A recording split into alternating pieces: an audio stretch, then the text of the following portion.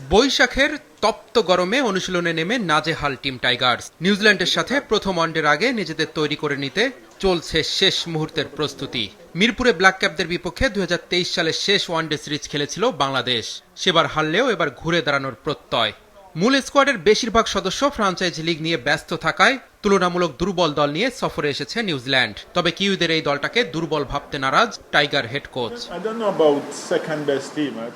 New Zealand যে কোনোভাবে আমাদের চ্যালেঞ্জ জানাতে পারে।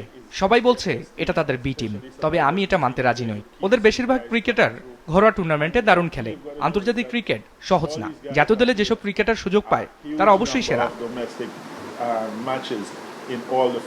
প্রস্তুতি ম্যাচে সাইফ হাসানের ব্যাটিংয়ের প্রশংসা করেছেন ফিল সিমন্স। এছাড়াও টপ অর্ডারের ওপর ভরসা রাখতে চান তিনি।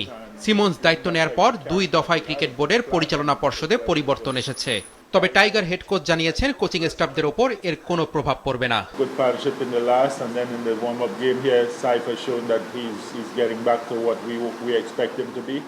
ছেলেরা ভালো করেছে, বিশেষ করে সাইফ প্রস্তুতি ম্যাচে ভালো খেলেছে। ওপেনিং জুটি নিয়ে এখন চিন্তা অনেকটা কমে গেছে।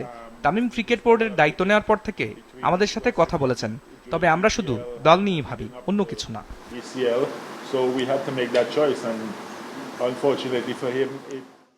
অন্যদিকে বাংলাদেশে আসার পর প্রথম অনুশীলন করেছে নিউজিল্যান্ড দল। বিদ্যুৎ সাশ্রয়ের জন্য ম্যাচগুলো দিনের আলোতে করার পরিকল্পনা করেছে বিসিবি। এত গরমে কন্ডিশনের সাথে খাপ খাওয়ানো কঠিন। তবে কিউই কোচ বলছে আন্তর্জাতিক ক্রিকেটে সবকিছুই মানিয়ে নিতে হবে।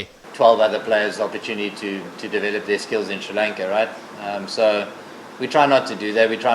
We try to use our opportunities as much as we possibly can. I mean, it's been আন্তর্জাতিক ক্রিকেটে সবকিছু মানিয়ে নিতে হবে। নিজেদের মতো সবকিছু হবে না। ম্যাচের আগে আরো একদিন সময় পাবো। শ্রীলঙ্কায় এ দলের সাথে খেলে বাংলাদেশে এসেছি, তাই আশা করি এখানেও সহজে খাপ খাওয়াতে পারবে সবাই। উইকেট ভালো মনে হচ্ছে।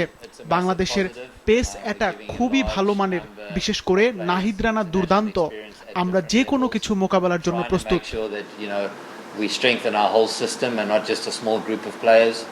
মিরপুরে সিরিজের প্রথম ওয়ানডে 17 এপ্রিল। খেলা শুরু হবে সকাল 11টায়।